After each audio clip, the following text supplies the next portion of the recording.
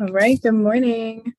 Welcome to our Connected Conversations. I'm Ali. Deb is sleeping. She had a long trip back home last night from her vacation. So, gotta love travel and just the surrendering to the unexpected, especially when it comes to flight delays. So, I am so happy to be here this morning with you and just kind of share some vibes and insights that I have going on right now because they're very powerful. Last week, when we talk about surrender, and I think of that word, and it's I find it's a really big word. It's a word that it seems simple, and then there's so much like complexities to let it flow through. So still have a bit of my cough anyway.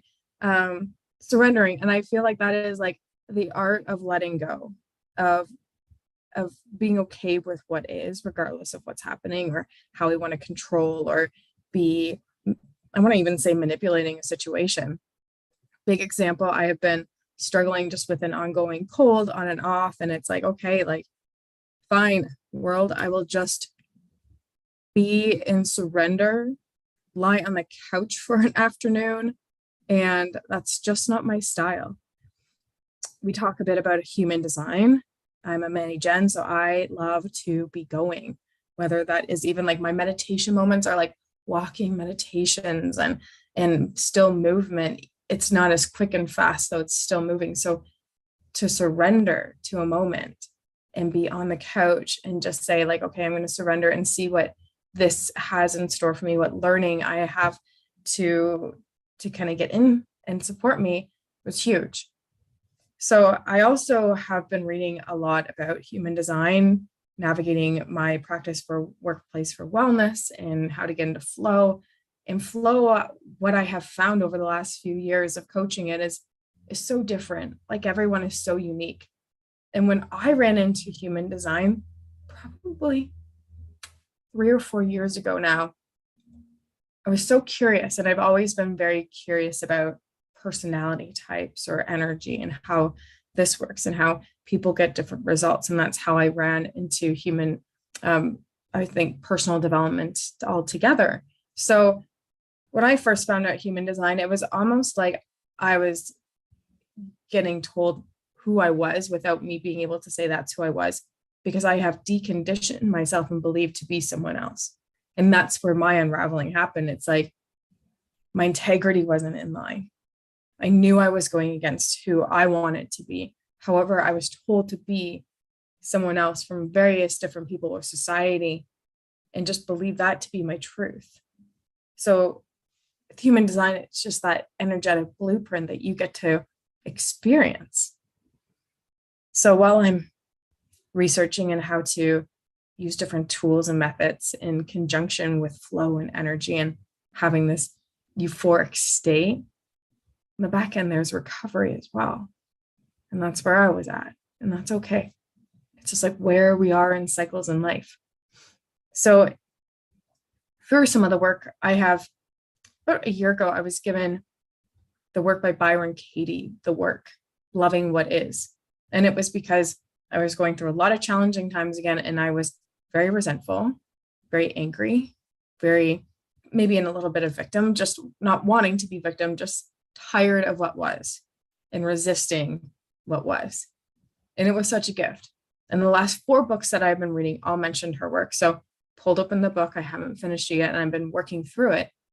And one of the things that stood out yesterday was just navigating life without the thoughts behind it. So let's say emptying the dishwasher. If you're a mama, if you're someone that is maybe more of a caregiver like myself, it seems like emptying the dishwasher is like just part of like 2-3 times a day. I don't know where dishes come from. I don't know what happens. We don't have dishes, but I feel like the dishwasher always has to be unloaded or loaded. Like that just seems to be a flow that happens. And then I get in story. It's like, why isn't anyone helping me? How come I have to do this? What is going on here? I'm not going to do it. What will people think if I don't do it? And they came into my house. So again, notice those thoughts. And those are some of the thoughts that came through my mind of just emptying the dishwasher. In the simple act of when my body is pulled towards the dishwasher, it's like, oh, empty the dishwasher. I can choose to believe those thoughts, those stories.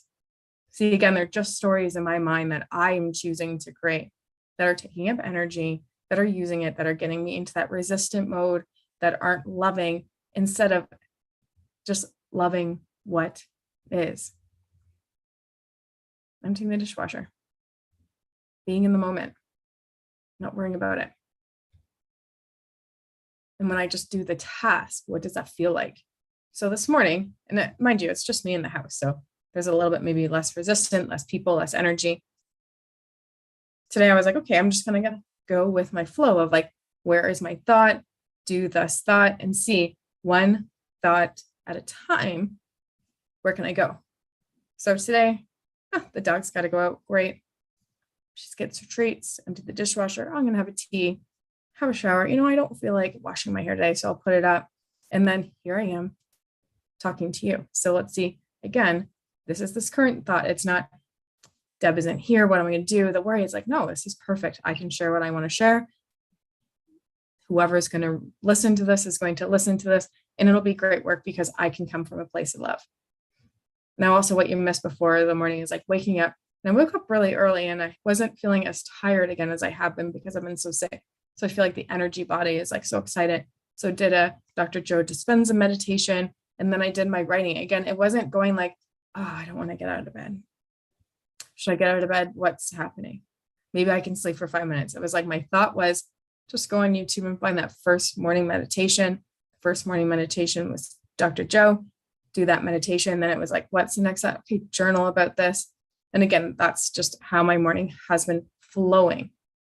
There's always things coming at us, but the work is what I'm finding and what I'm doing is very powerful. It's just questioning the thoughts and the stories in our mind, not to be right or wrong, but just to come to a place of loving what is. So if you haven't checked out her work, I think it's really powerful. And again, all these people that I've started following, from Martha Beck, Way of Integrity, Robin Wynn and her books for human design, all of them are coming into this work. So I think that's just like a beautiful synergy way for me to kind of amplify what I'm doing and how I support people in the business, at workshops, what have you.